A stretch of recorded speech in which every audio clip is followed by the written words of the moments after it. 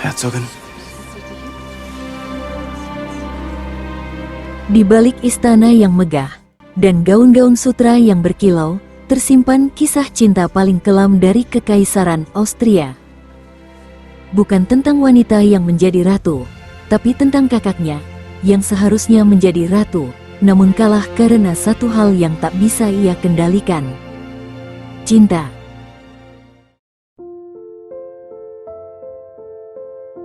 Pada suatu pagi yang dingin di Bavaria, tahun 1834, lahirlah seorang gadis bernama Helene Caroline Therese.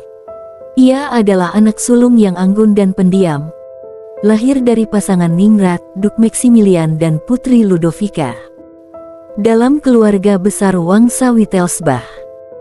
Sejak kecil, ia diajarkan untuk bersikap anggun, berbicara sopan, dan tunduk pada takdirnya, menikah demi politik. Helene tumbuh dalam bayang-bayang harapan bahwa suatu hari ia akan menjadi ratu. 3 tahun kemudian, lahirlah seorang gadis kecil dengan mata berbinar dan rambut kecoklatan, Elizabeth, yang akrab dipanggil Sisi. Tak seperti Helene yang tenang, Sisi liar, bebas, dan menolak dikekang oleh aturan istana. Dia lebih suka berkuda dan menulis puisi daripada belajar etiket istana. Sisi adalah sosok yang tak pernah direncanakan untuk bersinar, setidaknya di mata keluarganya. Seiring waktu berjalan, Ludovica, ibu mereka yang sangat ambisius, merancang rencana besar. Ia ingin memperkuat posisi keluarganya di kancah kekuasaan Eropa. Maka ditetapkanlah tujuan, menjadikan Helene permaisuri Austria dengan menikahkannya dengan keponakan Ludovica sendiri, Kaisar Franz Joseph pertama. Franz Joseph, sang kaisar muda yang baru berusia 23 tahun, tampan, disiplin, dan sangat taat pada ibunya, Archduchess Sophie, wanita yang mengendalikan istana seperti bidak catur. Tahun 1853, keluarga kecil dari Bavaria diundang ke Bad Ischl, tempat peristirahatan musim panas Kekaisaran Austria. Tujuannya jelas, melamar Helene. Semuanya sudah disiapkan, gaun terbaik, tata rambut paling elegan, dan doa-doa diam-diam dari sang ibu. Tapi ada satu hal yang tidak diperhitungkan, Sisi ikut serta. Franz Joseph melihat Helene dan tersenyum sopan. Tapi saat ia menoleh pada Sisi, dunia seakan berhenti berputar. Ia tak bisa melepaskan pandangannya dari gadis 15 tahun yang polos dan canggung itu. Sisi bahkan tidak berdandan seperti kakaknya, tapi justru itu yang membuatnya berbeda. Franz Joseph menolak Helene secara halus dan menyatakan cintanya pada Sisi, adiknya sendiri. Ludovica terkejut. Archduchess Sophie marah besar. Helene, hancur. Tak ada yang lebih menyakitkan daripada mengetahui bahwa bukan hanya pria yang kau cintai menolakmu, tapi ia memilih darah dagingmu sendiri. Helene pulang ke Bavaria dalam kehinaan. Tidak ada gelar permaisuri, tidak ada mahkota, hanya kenangan pahit tentang apa yang seharusnya menjadi miliknya.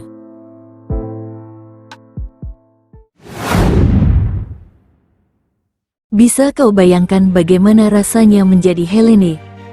Disiapkan menjadi ratu sejak kecil, diajak ke istana dengan impian yang nyaris terwujud, lalu dihancurkan hanya dalam satu malam oleh adikmu sendiri. Helene tidak pernah marah secara terang-terangan, tapi kesedihannya terpancar dalam diamnya. Ia tersingkir secara halus. Sejak hari itu, ia hanyalah sang kakak dari sang permaisuri. Ia menghadiri pernikahan adiknya, menyaksikan Sisi berjalan ke altar di sisi pria yang seharusnya menjadi miliknya. Helene tersenyum, tapi hatinya hancur.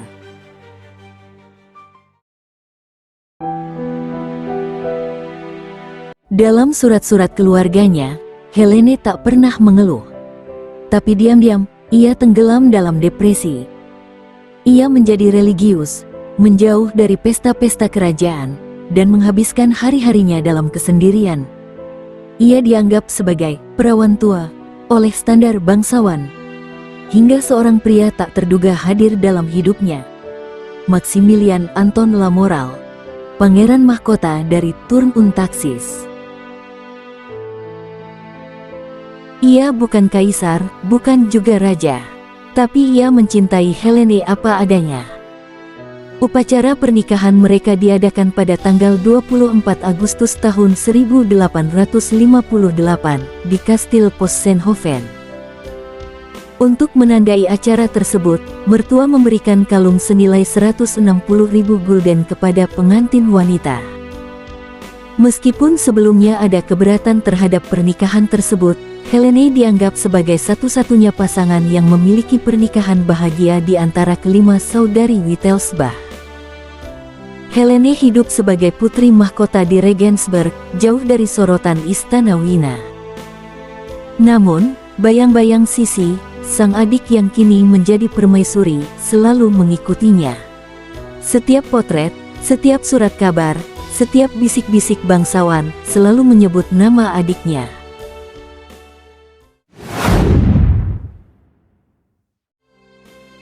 Meskipun Helene dan Maximilian Anton memiliki pernikahan yang bahagia, damai, dan tanpa skandal, tapi tak pernah benar-benar bahagia. Pernikahan tersebut dibayangi oleh penyakit ginjal kronis parah yang diderita Maximilian Anton. Baik pengobatan di Karlsbad maupun dokter terbaik tidak dapat menyelamatkannya. Tahun 1867, suami Helene wafat mendadak di usia 35 tahun. Ia menjadi janda di usia muda, kembali ke kesepian, kali ini sebagai ibu tunggal. Helene mengalihkan pikirannya dari kesedihannya dengan kegiatan amal, dan menerima perwalian anak-anaknya dari Kaisar Austria. Ayah mertuanya mulai melibatkannya dalam urusan bisnis Wangsa Turn-und-Taxis, karena ia dianggap sebagai pendukung dan penerus. Dengan cara ini, ia menjadi kepala keluarga hingga putra tertuanya mencapai usia dewasa.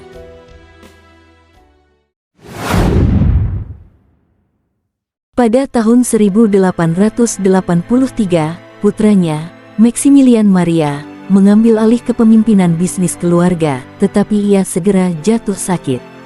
Jantungnya melemah karena demam berdarah di masa kecilnya, dan ia menderita kejang jantung yang parah. Pada tahun 1885, ia meninggal karena emboli paru. Hal ini membuat Helene menjadi kepala keluarga lagi hingga tahun 1888 ketika putranya, Albert, mencapai usia dewasa dan mengambil alih bisnis keluarga.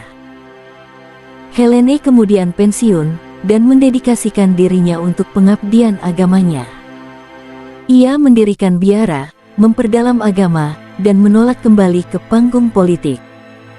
Ia hidup dalam bayang-bayang dan meninggal diam-diam pada tanggal 16 Mei tahun 1890 di usia 56 tahun. Tak ada prosesi megah, tak ada gelar kaisar, hanya seorang wanita yang pernah nyaris menjadi ratu.